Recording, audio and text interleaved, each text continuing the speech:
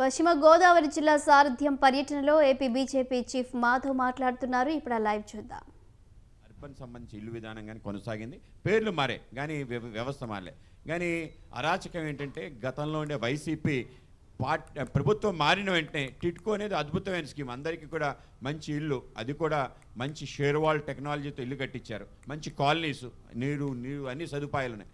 వీటిని అదేదో తెలుగుదేశం ఎజెండాగా భావించారు. దాంట్లో ప్రధానమంత్రి అర్బన్ ఆవాస్ యోజనలో భాగంగా వచ్చింది అనే విషయం కూడా అర్థం కాకుండా అదేదో ఎవడో శత్రువు చేశాడనే అభిప్రాయంతో వాటన్నిటిని నిర్వీర్యంగా ఉంచి ఎవరికి డబ్బులు ఇవ్వకుండా అసంపూర్తిగా వాటిని ఉంచడం కారణంగా అవి ఏ విధంగా శిథిలావస్థ అయిందో మనందరికీ తెలుసు. అంటే ప్రభుత్వాలు ఆలోచన చేయాల్సింది ఏంటంటే, మీరు వాడేది ప్రజాధనం, నీది కాదు, అది ఏ పార్టీది కాదు, అది వైసీపీది కాదు, తెలుగుదేశం కాదు.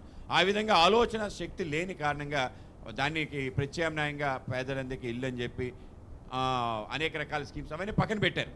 ఇటువంటి వ్యవస్థ ఉండకూడదు. ఇవి ప్రజాధనం, ఏదో సొంత డబ్బులు, జగన్మోహన్ రెడ్డి డబ్బులు కావు, లేదా చంద్రబాబు నాయుడు గారి డబ్బులు కావు, భారతీయ జనతా పార్టీ డబ్బులు కాదు. ప్రజాధనాన్ని వినియోగించినప్పుడు తప్పనిసరిగా ఆలోచన చేసే ధోరణి లేని కారణంగా ఇది జరిగింది.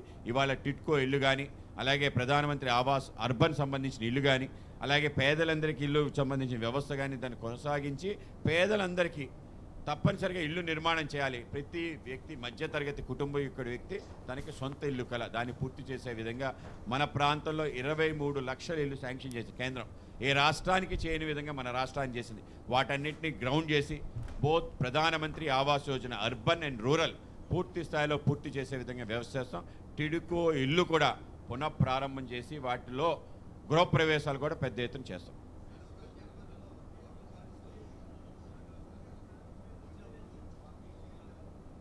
తప్పనిసరిగా ఈసారి ఏదైతే కూటమి ఆధ్వర్యంలో కేవలం ఎమ్మెల్యే ఎంపీల ఎన్నికల వరకే దాని పరిమితం కాకుండా మా సంబంధం నామినేటెడ్ పోస్టులు కూడా కొనసాగింది. నీటి సంఘాలు, కోఆపరేటివ్స్లో కానీ, విద్యా సంఘాల్లో కానీ, అనేక దేవాలయాల నియామకాలు కానీ, కార్పొరేషన్ నియామకాల్లో కానీ అన్నిటికీ వాళ్లకుండే లెజిస్లేటివ్ స్ట్రెంగ్త్ ఆధారంగా ఆ విధంగా తెలుగుదేశం కానీ, జనసేన కానీ, బీజేపీ కానీ ఇవ్వటం జరిగింది.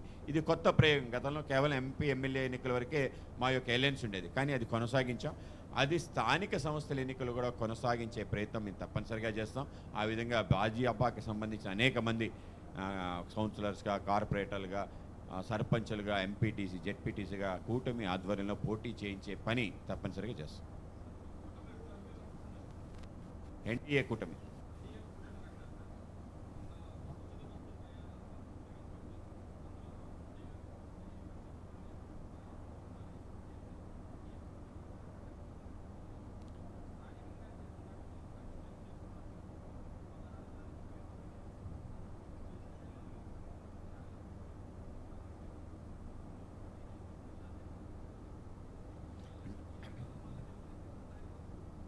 మరి మీరు మా విలేకరులా కాకుండా కార్యకర్తగా మాట్లాడుతున్నారు.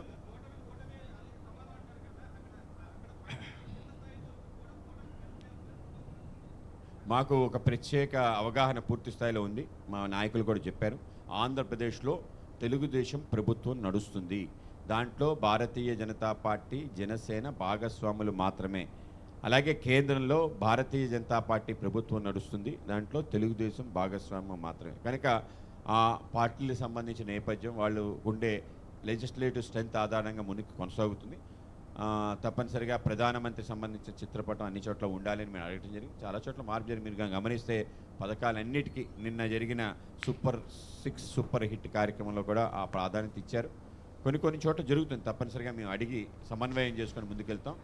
తెలుగుదేశం కార్యకర్తలు కూడా అసంతృప్తి ఉన్నారు, జనసేన కార్యకర్తలు ఉన్నారు, బీజేపీ కార్యకర్తలు ఉన్నారు. సాధారణం, సహజంగా ఒక ప్రభుత్వం ఉన్నప్పుడు ఆ ప్రభుత్వంలో ఇటువంటి అభిప్రాయాలు ఉంటాయి, అభిప్రాయ భేదాలు కూడా ఉంటాయి. కానీ సమన్వయం చేసుకుంటూ ముందుకెళ్ళాలని నిర్ణయించుకున్నాం. దాని నేపథ్యంలోనే 1.5 సంవత్సరం పూర్తయిన తర్వాత, 1 సంవత్సరం పూర్తయిన తర్వాత మొన్న జరిగిన మొదటి కూటమి సమావేశం ఎన్నికల ముందు జరిగింది, దాని తర్వాత జరగలేదు. కానీ ప్రజలందరి యొక్క ఇటువంటి అభిప్రాయాలు వచ్చాయి. కనుక వాటిని తుడిచే ప్రయత్నం ఈ యొక్క సభ ద్వారా జరగాలని ఆ సభ సూపర్ హిట్ అయింది. ఆ విధంగా సూపర్ 6తో పాటు సభ మంచి కూటమి ఆధ్వర్యంలో జరిగిన బహిరంగ సభ అనంతపురంలో కనీ విని రీతిలో ప్రజలు రావడం జరిగి మంచి ఆదరణ ఇచ్చారు. రాష్ట్ర వ్యాప్తంగా ఒక మంచి వాతావరణం ఏర్పడింది. కనుక సమన్వయం చేసుకుంటూ సమస్యలు పరిష్కరించుకుంటూ ముందుకెళ్తాం. మెల్లగా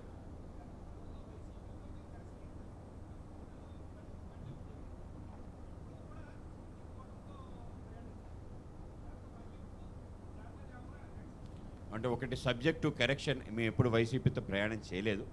రాష్ట్ర ప్రభుత్వంతో ఏ సంబంధాలు కేంద్రం పెట్టుకోవాలో ఆ సంబంధం పెట్టుకుని వెళ్ళాం.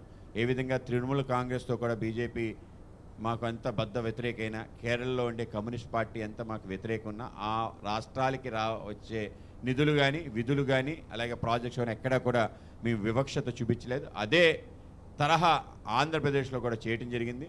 అయితే అక్కడ తెలుగుదేశం ఫైట్ చేస్తుంది కాబట్టి బీజేపీ కూడా వాళ్ళ ఫైట్ చేయాలనుకోవటం కరెక్ట్ కాదు. కేంద్రం రాష్ట్రానికి సంబంధాలు బాగా ఉండాలని 13 సంవత్సరాలు ముఖ్యమంత్రిగా చేసిన నరేంద్ర మోడీ అంతా ఇంకెవరికి తెలియదు. కనుక అన్ని రాష్ట్రాలకి సంబంధించిన ఆయన వచ్చిన వెంటనే చేసింది ఏంటంటే 32% ఉండేది స్టేట్ షేర్స్, 42% చేశాడు. ఇంక అక్కడితో ప్రారంభమైంది ఈ వివక్షత. ఫెడరల్ సిస్టమ్లో అన్నింటినీ గౌరవించాలని ఆ విధంగా వెళ్ళాం. ఆ విధంగా వెళ్తే మీరందరూ కూడా అభిప్రాయానికి వచ్చారు. కానీ ఎక్కడ కూడా వైసీపీతో ఎప్పుడు కూడా కలిసి ప్రయాణం చేయలేదనే విషయం మీరు గమనించాలి. ఒక మైండ్ గేమ్ వైసీపీ ఆడుతుంది. ఆ విధంగా ఆ ప్రయత్నంలో కొందరు భ్రమపడవచ్చు, కానీ ఎప్పుడు కూడా బీజేపీ వైసీపీతో కలిసి వెళ్ళలేదని మీరు తెలుసుకోవాలి. రాష్ట్రానికి సంబంధించి కేంద్రం ముఖ్యంగా ప్రజల మదిలో మోడీ, మోడీ మదిలో ఆంధ్రప్రదేశ్ అనేది మా నినాదం. ఆంధ్రప్రదేశ్ ఒక ప్రత్యేక రాష్ట్రంగా నరేంద్ర మోడీ గారు గుర్తించారు. దేశంలో ఏ రాష్ట్రానికి అత్యధిక పనికి ఆహార పథక నిధులు ఇచ్చారంటే అది ఆంధ్రప్రదేశ్ అని గుర్తించాలి. దేశంలో అనేక రాష్ట్రాలున్న అత్యధిక ఇల్లు ఇచ్చిన రాష్ట్రం ఏదైతే ఆంధ్రప్రదేశ్ అని గుర్తించాలి.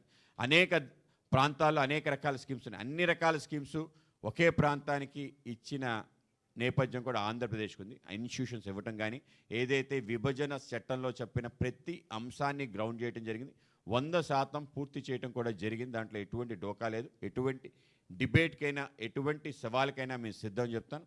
ఏదైతే ప్రత్యేక హోదా సంబంధించిన అంశం అనేకసార్లు మాట్లాడాం. ప్రత్యేక హోదాకి మించి ఈ ప్రాంతానికి ఇచ్చాం, రాబోలో ఇంకా ఇస్తాం. ఆ విధంగా ముందుకెళ్తాం. ఇటువంటి రాజీ లేని రాష్ట్ర అభివృద్ధికి నరేంద్ర మోడీ గారి నేపథ్యంలో ముందుకు వెళ్తాయి. అందరికీ ధన్యవాదాలు. నేను ఇది అయిన తర్వాత మా శోభాయాత్ర ఉంది. శోభాయాత్రలో పాల్గొనడానికి తయారవ్వాలి. అలాగే దాని తర్వాత సమావేశం ఉంది. సమావేశంలో మీరు అందరూ రావాలి. అన్ని విషయాలు ఇక్కడే చెప్పేస్తే మీరు ఆ సభలో రాయడానికి అవకాశం ఉండదు. మా పెద్దలు పాకా సత్యనారాయణ గారు అలాగే మా మంత్రి గారు మాట్లాడాలి. అన్ని విషయాలు కూడా మీరు కవర్ చేయాలి. ఇవాళ అన్నీ కవర్ చేసేస్తే పత్రికా సమావేశం తప్ప ఇంక మరేది రేపు రాదు.